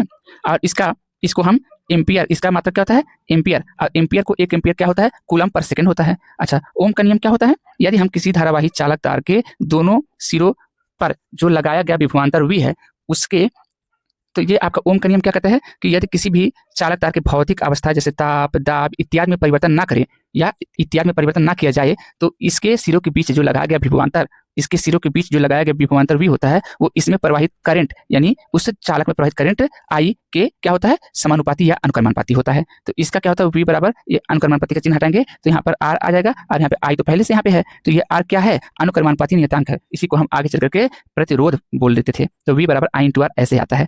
अब यहाँ पर आपके पास में है रजिस्टेंस इन करंट, यानी कि सॉरी, यहाँ पर अगला आपके पास क्या है, अगला आपके पास है रेजिस्टेंस इन सर्किट। अब देखिए आपके पास में दो प्रकार से होता है, सीरीज में, पैरेलल में होता है। अच्छा, और सीरीज वाले में याद रहे कि आपके पास में डायरेक्ट यहाँ क्या होता है कि R1 + R2 + R3 होता है। और याद रहे इसका सबसे बढ़िया चीज क्या है, R1 + R2 + R3 कि पहले प्रतिरोध का दूसरा सिरा, दूसरे प्रतिरोध के पहले सिरे से, दूसरे प्रतिरोध का दूसरा सिरा, तीसरे प्रतिरोध के पहले सिरे से। मेरी बात आप लोग को समझ रहा है। इसको अगर आगे लिखने के लिए तो कैसे लिखेंगे, मैं एक बार ओरली आप लोग को बता दे रहा हूँ, आप लोग लिखेंगे कैसे इसको। तो लिखिएगा इसको ऐसे लिखिएगा कि श्रेणी क्रम, मतलब प्रतिरोधों के श्रेणी क्रम संयोजन में पहले प्रतिरोध के दूसरे सिरे को दूसरे प्रतिरोध के पहले सिरे से एवं, है ना, पहले प्रतिरोध का दूसरा सिरा दूसरे प्रतिरोध के पहले सिरे से एवं दूसरे प्रतिरोध का दूसरा सिरा तीसरे प्रतिरोध के पहले सिरे से जुड़ा रहेगा, और ऐसे ही आगे चलता रहेगा। तो प्रतिरोधों के इस प्रकार संयोजन होने को हम क्या कहते हैं, सीरीज, यानी कि श्रेणी क्रम संयोजन कहते हैं। जबकि समांतर क्रम वाले में क्या होता है बेटा, कि सारे प्रतिरोधों का पहला सिरा एक किसी कॉमन पॉइंट से और सारे प्रतिरोधों का दूसरा वाला एंड किसी दूसरे कॉमन पॉइंट से, यानी कि कॉमन बिंदु से मिला होना चाहिए। अगर ऐसा हमको देखने को मिल जाता है तो हमारे पास क्या होता है, पैरेलल वाला, यानी कि समांतर क्रम संयोजन होता है। याद है समांतर में धारा सेम नहीं होती है, श्रेणी में धारा आपका समान रहता है, बस वोल्ट यानी वोल्टेज बदलता है, कहीं V1 हो जाएगा, कहीं V2, कहीं V3 हो जाएगा। जबकि समांतर वाले में आपके पास में करंट बदलता है, V तो सेम रहेगा लेकिन करंट आपका कहीं I1, कहीं I2, कहीं I3 इस तरीके से बदलता रहता है। ये चीजें बहुत बहुत इंपॉर्टेंट है, इसको आप देख लीजिए और आगे चलिए। देखिए यहाँ पर कह रहा है कि एक स्टूडेंट है, वो एक एक्सपेरिमेंट करता है, और क्या लेकर के करता है, कॉन्केव लेंस लेकर करता है, यानी कि अवतल लेंस के साथ वो प्रयोग कर रहा है। और कौन सा अवतल लेंस लिया है, कौन सा, जिसका फोकल लेंथ कितना है बेटा, 20 सेंटीमीटर है। तो अवतल लेंस है तो देखिए फोकस निगेटिव में होगा, तो देखिए यहाँ पे फोकस निगेटिव में दिया हुआ है। और वस्तु कहाँ रखा हुआ है बेटा, कह रहा है कि वस्तु आपका, देखिए लिखा पहला क्वेश्चन, फाइंड इमेज, यानी इमेज को पता लगाइए, इमेज की मतलब दूरी का पता लगाइए जब ऑब्जेक्ट 60 सेंटीमीटर दूर रखा गया है। तो देखिए ये आपके पास में लेंस रहा, कौन सा लेंस है आपके पास में, ये कॉन्केव लेंस तो है ही नहीं। पहले बात तो ये गलत है, ये कॉन्केव लेंस नहीं है, ये बिल्कुल गलत है, बहुत गलत है। ये कॉन्वेक्स लेंस है, आप सुधार लीजिए इसको, ये कॉन्केव नहीं होगा, कॉन्वेक्स है भाई ये लेंस, ठीक है। तो यहाँ पर देखिए ध्यान से आप बात को समझिए बेटा। तो लेंस का आपको फार्मूला ये पता होता है, और आप जब यहाँ पर मान निकालते हो किसका, V का मान निकालते हो, तो कैसे निकालोगे, तो देखो ध्यान से समझिएगा। V का मान आप लोग को यहाँ पे 1/V करके है, तो 1/F है, यहाँ पर 6 इधर लाएंगे तो 1/20 हो जाएगा। 20 कौन सा वाला बेटा, ये फोकल लेंस जो आपके पास है, यानी F का मान वो 20 है, लेकिन चूंकि निगेटिव में होना चाहिए तो निगेटिव में है। अच्छा, उसके बाद में फिर आपके पास में ये कितना सेंटीमीटर की दूरी पे, 60 सेंटीमीटर लिखा है, तो आप यहाँ पे 60 लिख लेंगे, ये 60 होना चाहिए। यहाँ थोड़ी सी यहाँ करेक्शन कर लीजिएगा। और अगर आप लोग को ये बातें आ रही है तो आप लोग एक काम करिए, बल्कि और अच्छा लगेगा करके कमेंट बॉक्स में आप मुझे दे सकते हैं इसका। देखिए इसको आप मान के चलिएगा, ये यहाँ पे बस कुछ नहीं करिएगा, यहाँ पे आप जब एक कॉन्केव बोला है तो यहाँ कॉन्केव बना भी दीजिएगा, ठीक है। और बाकी सब सही रहेगा। बाकी इनका वैल्यू को आप रखना जानते हैं, ऐसा नहीं है कि नहीं जानते हैं, और लेंस का आप सूत्र लगा देंगे, ठीक है। और वीडियो को स्टडी विद PCM 2.0 को, मेरे जो चैनल है उसको सब्सक्राइब कर दीजिएगा। देखिए कह रहा है a student perform an experiment using concave lens, और ये फोकल 20 है, इस प्रकार से दिया हुआ है। तो फिर कितना होगा, यहाँ पर आपके पास में वैल्यू दिख रहा है। अगर ये वैल्यू ठीक है, मतलब कि वैल्यू क्या दिखेगा, वैल्यू तो अभी आपको बताना पड़ेगा, और वैल्यू जैसे बता देंगे तो उसके बाद आपको क्या करना होगा, दूसरे क्वेश्चन पे आ जाना होगा। और दूसरे क्वेश्चन का भी कह रहा है कि जब स्टूडेंट मूव करता है ऑब्जेक्ट को, यानी कि चाहे वो 15 सेंटीमीटर मतलब शिफ्ट हो जाता है, तब इमेज कहाँ शिफ्ट होगी ये भी बताना है साथ साथ में, ठीक है। मेरी बात सुन रहे हैं, इसको देख लीजिएगा और इसको जरूर पढ़िएगा। आगे देखिए आगे कह रहा है कि आपके पास में कि एक्सेलरेशन दिया कॉन्वेक्स लेंस, बिल्कुल ये कॉन्वेक्स लेंस है, बिल्कुल सही है। कॉन्वेक्स लेंस फॉर्म रियल, अच्छा रियल बना, आप समझिए बात को। ये कह रहा है कि रियल बनाएगा, रियल कॉन्वेक्स लेंस आपका रियल बना रहा है। तो कॉन्वेक्स लेंस रियल तो बनाता है और वर्चुअल इमेज बना रहा है, तो ये वर्चुअल भी बनाता है। पूछो क्यों? इसलिए क्योंकि देखो ध्यान से अच्छे से, इसका आपका आंसर जो है वो आंसर आपका बोथ करेक्ट, यानी कि बोथ करेक्ट मतलब ऑप्शन और रीजन दोनों करेक्ट है ना। और reason explain that convex lens is a converging lens that hence form both real and virtual image. आपको पता है ना कि ये पांच केस आपका पांच केस तो एक रियल बनाएगा, तो एक केस ऐसा तो जो वर्चुअल भी बनाता है। तो भाई तो आप चाहे एक ठो बनाए चाहे दो ठो बनाए, अच्छा छह मतलब पांचों को पांचों बनाए, बना तो रहा है दोनों ना। चाहे एक ही वर्चुअल बना रहा है लेकिन बना रहा है रियल बनाता है, तो एक वर्चुअल भी तो बनाता है, पांच रियल बनाता है और एक वर्चुअल बनाता है। इसको आप लोग देख लीजिएगा, इस वीडियो को आप पाज करके या कॉपी खोल करके अपना जो हमने पढ़ाया है या फिर जो भी विद्या वगैरह में आपको बना है, जो भी जहां से भी आप पढ़ रहे हैं उसको देखिए कि मैं सही बोल रहा हूँ कि गलत बोल रहा हूँ। तो ये आपके पास में सही, ये पूरी की पूरी हो जाएगी। क्योंकि दूसरा देखिए पढ़ने की आवश्यकता नहीं था, क्योंकि कह रहा है कि कॉन्वेक्स लेंस आपके पास है तो कन्वर्जिंग ही होता है, सही बात है, कन्वर्ज करता है ऐसे। और डाइवर्ज का मतलब होता है कानकेव रहता है, तब ऐसे ऐसे करके प्रकाश को डाइवर्ज कर देता है, यानी दूर दूर कर देता है। तो कानकेव मिरर अगर आपके पास है, अब कानकेव मिरर आ गया है तो याद रहे कानकेव मिरर आ जाएगा अगर हमारे पास में बेटा, तो इसको ऐसे करके ये चीज ये कानकेव मिरर है। तो concave mirror has positive focal length, बिल्कुल गलत है। क्यों? क्योंकि इसका ऐसे जाता है तो यहाँ फोकल लेंथ ये ना हुआ इस बगल, यानी कि आपके हाथ के, आपका कौन सा बायां हाथ, तो बायां हाथ की तरफ जो बनेगा वो निगेटिव होता है। तो यहाँ पे कह रहा है कि फोकल लेंथ इसका नेगेटिव होना चाहिए था, अरे क्या लिख के बैठा, पॉजिटिव लिख के बैठा है, तो ये गलत बोल रहा है। रीजन क्या करे, concave mirror is converging mirror. अरे भाई ये किस जिंदगी में जी रहा है, concave mirror is a converging mirror. Concave mirror आपके पास में कन्वर्जिंग मिरर होता है, ऐसा है नहीं भाई, वो डाइवर्ज करता है। तो आपका यहाँ पर both acceleration and reason are false. Concave mirror has negative focal length and a diverging mirror, ये डाइवर्जिंग मिरर होता है। और यहाँ पे क्या बोलते हैं, कन्वर्जिंग। चलिए आगे बढ़ते हैं। यहाँ पर कह रहा है कि अगर आपके पास में कोई 2.5 सेंटीमीटर लंबा कोई ऑब्जेक्ट है, वो कहाँ रखा गया है, देखिए हाइट दिया है तो हाइट को 2.5 हमने मान लिया है, और वो कहाँ रखा गया है बेटा, 15 सेंटीमीटर कॉन्वेक्स लेंस से 15 सेंटीमीटर की दूरी पर रखा गया है। तो अब बताइए अगर ये आपके पास कॉन्वेक्स लेंस है, इससे 15 सेंटीमीटर की दूरी पर जब रखा जाएगा तो वैल्यू आपका निगेटिव आएगा। यहाँ निगेटिव आप लोग लगा लीजिएगा बढ़िया से, यहाँ निगेटिव लगा लीजिएगा, यानी -15 होगा, क्योंकि यहाँ रखेंगे आप ना। तो बताइए इससे आप लेंस से बाएं हाथ की तरफ रख रहे हो, क्योंकि इस लेंस से बाएं तरफ ना है, तो ये निगेटिव वैल्यू होगा, तो 15 सेंटीमीटर निगेटिव होगा। और कह रहा है कि आपका जो इमेज बनेगा वो आपका 10 सेंटीमीटर लंबा बन रहा है, तो इमेज तो इस साइड बनता है, तो जो इमेज बनेगा वो 10 सेंटीमीटर लिखेंगे तो पॉजिटिव वैल्यू लिखेंगे। क्या लिखेंगे बेटा, पॉजिटिव वैल्यू। लेकिन थोड़ा सा यहाँ पर ग्लिचिंग क्या है जानते हैं, यहाँ पे लिखा है देखिए यहाँ पे ग्लिचिंग क्या है बेटा, ध्यान से, ये टाल लिखा, टाल यानी इमेज की ये ऊंचाई दे रहा है, तो ऊंचाई दे रहा है तो यहाँ पे दूरी नहीं है, ये कहीं भी मत समझ लेना आप लोग। ये आपके पास क्या है, ये आपके पास में याद रखिएगा हमेशा कि ये इमेज का यानी जो प्रतिबिंब है उसका वो उसकी ऊंचाई है ये, तो इसलिए यहाँ पे आप लिख देंगे। देखिए यहाँ पे है H2 का मान कितना, -10 सेंटीमीटर है, और ये इन्वर्टेड है, उल्टा है ना, यहाँ बना है तो इसके इमेज में यहाँ कहीं ऐसे करके बन रहा होगा। तो अब लेंस के लिए फार्मूला हमेशा लगाइएगा कि हमारे पास लेंस के लिए जो फार्मूला होता है वो निगेटिव के साथ में होता है। तो कि ये आपके पास जो वैल्यू आया है, ये कैसा वैल्यू आ गया बेटा, यहाँ पर आपके पास में जो भी आएगा आपको पता है बातें कि निगेटिव में लेंस होता है, तो इसका वैल्यू आप सॉल्व करके देख लीजिएगा कि कितना आ रहा है ना। और आप लोग को अगर लग रहा हो इसमें से, देखिए क्वेश्चन आपको करना ही पड़ेगा, क्वेश्चन आप लोग प्लीज कर लीजिए। देखिए यहाँ पे आंसर तो आपको फाइनली 12 फोकस आएंगे, पर कैसे आ रहे हैं वो आप देख करके मिला लीजिए। देखिए यहाँ पर ये देखिए आप बात को समझ रहे हैं कि हम क्या कह रहे हैं ना, क्वेश्चन का हम आपको लेवल बता रहे हैं कि इस तरीके से क्वेश्चन आपको पूछेगा। तो देखिए एक concave lens has focal length 16 centimetre. अच्छा, अगर कॉन्केव लेंस है उसका फोकल लेंथ कितना है, 16 सेंटीमीटर है, तो नेगेटिव में इसका मतलब आएगा ये। अच्छा, और अगर कह रहा है कि find the image of object क्या है कि वो 8 सेंटीमीटर पे रखा गया है, तो ये किस साइड में रखा गया होगा, लेफ्ट में, तो ये नेगेटिव ये भी हो गया। अब आप क्या करिए, चूंकि ये क्या है, लेंस है, तो नेगेटिव में इनकी इसका वैल्यू आता है। देखिए ये बार बार ये पता नहीं क्या कहने की कोशिश करता है, मैं खुद नहीं समझ पाता हूँ। यहाँ डायरेक्ट आप लोग लगाइएगा यहाँ 1/f लगाइएगा, 1/v - 1/u, इसी वैल्यू पर ये आप रखिएगा और आपका वैल्यू ये आएगी। ठीक है, आइए आगे बढ़ते हैं। देखिए यहाँ पर आपके पास में है कि कॉन्केव मिरर में आपके पास क्या होता है कि ऑब्जेक्ट बियॉन्ड 2f, यानी 2f यहाँ है और ऑब्जेक्ट देखो तो बियॉन्ड हो ना, तो ऑब्जेक्ट बियॉन्ड क्या है, 2f, तो 2f के बियॉन्ड रखा गया। देखो ये बिहाइंड और बियॉन्ड दो चीज होती है। तो देखो तब यहाँ पे क्या होगा, री आपके पास में वो कितना दे रहा है, कितना दे के रखा हुआ है ये, तो यहाँ पे कह रहा है कि ये आपके पास में -30 सेंटीमीटर दिया हुआ है, तो -30 लिख देंगे 1/f की जगह पे, तो आपका v निकालेंगे तो आपके पास में v का वैल्यू -1/15 करके निकल जाएगा। क्यों? क्योंकि 2f पे है आपका 30, तो यहाँ पर कितना हो जाएगा 15, क्योंकि 15 दूना 30 है ना। तो यहाँ पर आपके पास में जो -30 है, यानी कि इमेज फॉर्म्ड एट 2f जो होगा वो मतलब जब -30 लिख दिया आपने जब बोलते -30, तो इसका मतलब क्वेश्चन क्या लिखा है, इमेज फॉर्म्ड एट 2f, जो 2f पे इमेज बन रहा है वो रियल होगी और इन्वर्टेड होगी। इसको देख लीजिए। आगे क्या है, कॉन्वेक्स लेंस के लिए यहाँ पे क्या लिखा है, रियल, इन्वर्टेड, तो सही बात है, आप कॉन्वेक्स लेंस में ज्यादातर देखते हो 5 केस आपका रियल होता है और जो रियल होंगे वो इन्वर्टेड होंगे, क्योंकि दुनिया का सच्चाई यही है। एंड मैग्नीफाइड एट 2f पर मैग्नीफाइड हो रहा है अपने आपको, और f का मान चूंकि ये इस साइड में फोकस होता है तो 10 सेंटीमीटर सही दिया है, और चूंकि ये मिरर सॉरी ये लेंस है, तो लेंस के लिए आपके पास में ये सूत्र नहीं होता है, लेंस के लिए नेगेटिव सूत्र होता है। अगर इसको इग्नोर कर पाओ तो ठीक है। के पास में वही चीज़ यहाँ पे दिया हुआ है जो हमने लड़कों को बताया, तो स्क्रीनशॉट लेकर के आप लोग देख लीजिए। कौन से लड़कों को हमने बताया, जो अभी शुरुआती में यूपी बोर्ड वालों को बताया, तो इंग्लिश मीडियम वाले आप इसको इस तरीके से लिखेंगे, लॉ ऑफ रिफ्लेक्शन उसी को बोलते हैं। और आप लोग देखे थे ना कि लॉ ऑफ रिफ्लेक्शन 2 आ रहा था, और लॉ ऑफ रिफ्रैक्शन ये भी तो आता है ना। तो स्क्रीनशॉट ले लीजिए और आगे चलते हैं। देखिए आपके पास में यहाँ पर जो वैल्यू है, इस वैल्यू को आप लोग देख लीजिएगा।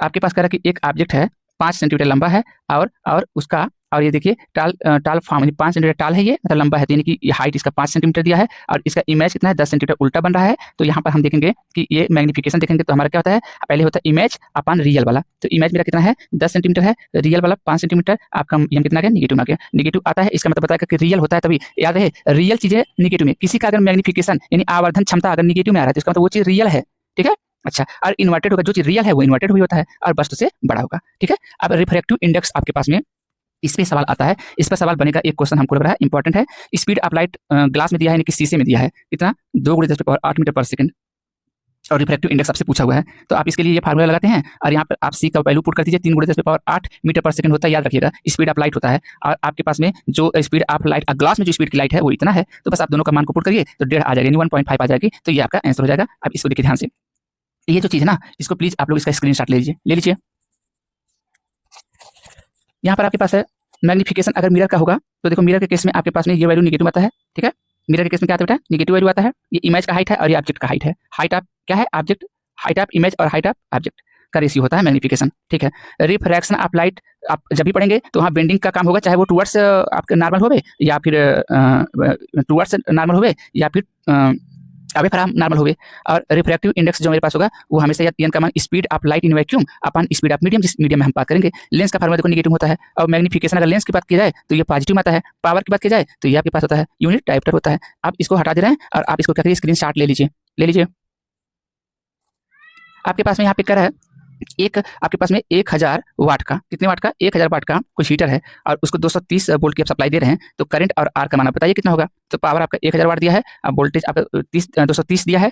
आपके पास ये वैल्यू जैसे ही आएगा तो आप आर का मान निकाल लीजिए। तो आर का मान निकालेंगे तो ये वैल्यू आ जाएगा, और मैच कर लीजिए, देखिए कि ये आ रहा है कि नहीं आ रहा है। इसी तरीके से यहाँ पर आपके पास में एक कोई रजिस्टर है 300 ओम का, और करंट इसमें कितना है 10.2 एम्पियर का अगर इसमें फ्लो हो रहा है। तो हीट कितना, टाइम कितना दे रहा है, टाइम दे रहा है 600 सेकंड। 600 सेकंड क्वेश्चन दिया हुआ है, तो टाइम 600 सेकंड है, करंट आपका 10.2 एम्पियर है, और रजिस्टर कितना है 300 ओम का है। तो आप देखेंगे कि आप इसको अगर निकालेंगे हीट तो H बराबर I स्क्वायर RT से निकालते हैं। तो I का मान कितना 10.2 का स्क्वायर, और ये R का मान रखिए और T का मान रखिए, तो आपको ये 7200 जूल आ जाएगा, ठीक है। आगे आ जाइए।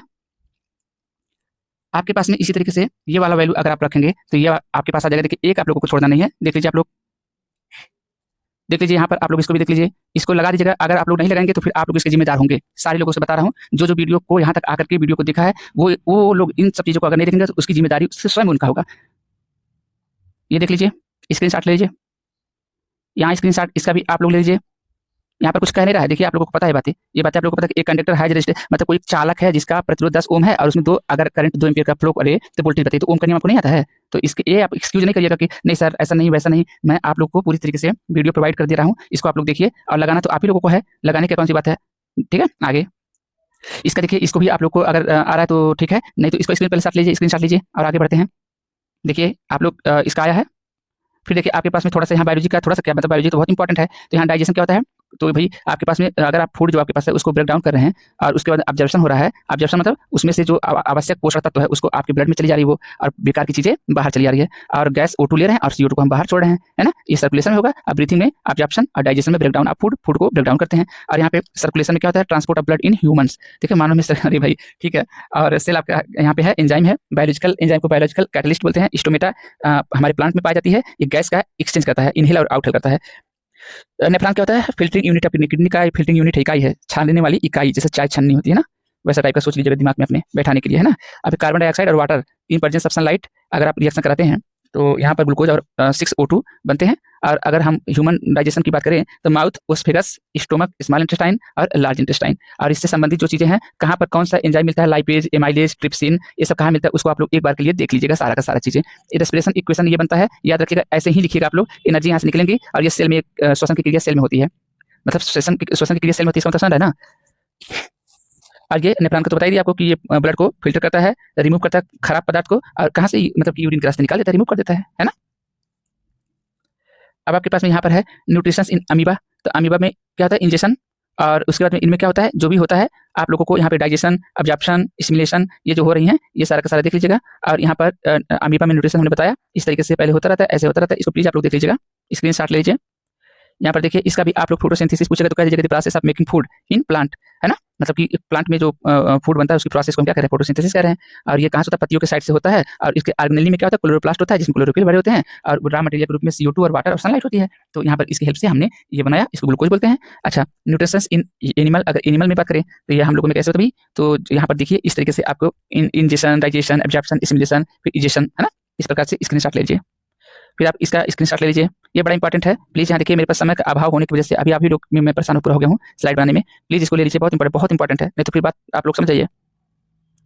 इसको भी आप ले लीजिए, कैसे भी पढ़िए पर प्लीज पढ़ लीजिए, इंपॉर्टेंट है पूरा, गागर में सागर की तरह। ले लीजिए इसको, प्लीज प्लीज इसको भी ले लीजिए आप लोग स्क्रीनशॉट, इसका भी स्क्रीनशॉट आप लोग ले लीजिए, प्लीज इसका भी आप लोग स्क्रीनशॉट ले लीजिए, प्लीज, बहुत इंपॉर्टेंट, बहुत इंपॉर्टेंट है ये, प्लीज ले लीजिए सारी स्क्रीन, इसका भी स्क्रीनशॉट ले लीजिए, इसका भी ले लीजिए, सवाल लगाइए घर पे, इसका भी लगाइए, इसका भी लगा लीजिए प्लीज, इसका भी लगा लीजिए, समझिए कि होमवर्क है। इसका भी प्लीज, इसका भी लगा लीजिए, इसका भी प्लीज, इसका भी लगा लीजिए, इसको भी लगाइए, इसको भी देख लीजिए, यहाँ भी देख लीजिए, यहाँ भी देख लीजिए इसको आराम से, और यहाँ पर इसको भी देख लीजिए, यहाँ पर देख लीजिए मैपिया कैसे करेक्ट करें, यहाँ भी देख लीजिए। इस प्रकार से आप लोगों को ये सब चीज़ें मिलेंगी। फिर ये इन चीज़ों को लिए मेरे पास में टाइम नहीं है क्योंकि अभी इंटरवलों का मुझे बनाना है वीडियो, और आप लोग को मेरी बातें देखिए, यहाँ पर बोर्ड की समस्या है कि उसने एक दिन का गैप दिया है। यहाँ पर हम लोग को देखिए स्लाइड अपने ही बनाना होता है, सब चीज़ें ऐसा नहीं है, आप लोग पढ़े भी हैं और आप लोग ऐसा नहीं, एक बात ये देखने जैसी चीज़ें हैं, आप लोग देखिए और अच्छे से आप लोग, मैं यहाँ से ओरली बता दे रहा हूँ कि कौन कौन सा चैप्टर आप लोग को देखना है। देखिए हमारा पर्यावरण, इसको नहीं भूलिएगा, नहीं भूलिएगा, नहीं भूलिएगा, पारिस्थितिकी तंत्र वाला जो लास्ट में है, और गैर परंपरागत आपके पास ऊर्जा के स्रोत क्या हैं, और फेसल फायर यानी कि जीवाश्म कौन से हैं, क्या होते हैं, उसके बाद में फिर खाद्य श्रृंखला और खाद्य जाल में क्या अंतर होता है, इकोसिस्टम जिसको हम लोग कहते हैं ना, ये सारी की सारी चीजें आप लोग पढ़ लीजिएगा। बायोलॉजी में आप लोग का जैव प्रक्रम में पूरा पढ़ लीजिएगा, ठीक है। ये जो पाचन होता है आंतों में, है ना, और आंतों में, उसके बाद में फिर लीवर में, मतलब, और ये पित्ताशय का काम क्या है, वर्क क्या है, मतलब पूरी डाइजेशन सिस्टम पूरा आप लोग पढ़ लीजिएगा। परिसंचरण तंत्र में हार्ट का पूरा पढ़ लीजिएगा। इमेज अगर बना पा रहे हैं तो इमेज भी बनाना जान लीजिएगा। उसके बाद में फिर आपके पास में आता है, देखिए सबसे जो महत्वपूर्ण चीज इसमें छोटा है वो क्या मालूम है, ये आपके पास में इससे पहले वाले में हम रिएक्शन तो बताए थे, इस नॉन मेटल इसमें होता है, तो नॉन मेटल आप लोग देख लीजिएगा। उसके बाद में फिर पीरियोडिक टेबल से जो भी चीजें हैं उसको देखिएगा, और सबसे महत्वपूर्ण चीज जो एसिड बेस और साल्ट है, एसिड बेस साल्ट हमने नहीं बताया है, स्पेशली इसमें बताया नहीं है, उसको प्लीज प्लीज प्लीज पढ़ लीजिएगा। और बहुत ज्यादा इधर उधर की वीडियो देखने से कोई फायदा नहीं है, जो मैं पढ़ाया उसको आप लोग पढ़ लीजिएगा, उसी में से फंसेंगी, मतलब फंस जाएगा आपको जितना यहाँ पे मैंने स्क्रीनशॉट का है। अगर यहाँ तक कोई मेरा पूरा वीडियो देखा है तो जो मैंने अभी तक समझा दिया वो अगर कर रहा है तो उसका नंबर कोई काट नहीं पाएगा, और अच्छा खासा नंबर आएगा 99%। देखिए मैं यहाँ पे लिख रहा हूँ, देखिए 99.9%, 99%, यानी बहुत 100% के करीब में। मतलब जो मैं यहाँ पे बताया हूँ और जो मैंने नहीं यहाँ पे कवर किया है वो भी मैं ओरली ऐसे बोलती हूँ, तो पूरा अगर फॉलो करोगे तब ये लागू होगा, अदरवाइज नहीं होगा। मैं बाद में वीडियो आप लोगों को दिखाऊंगा, तो आप लोग अच्छे से पढ़िए, आप लोग का परीक्षा कल वाला बहुत अच्छा होवे, है ना, ऐसा हम कामना करते हैं। Wish you all the best, आप लोग बहुत अच्छे पढ़े, बहुत अच्छा मेहनत कीजिए, wish you all the best.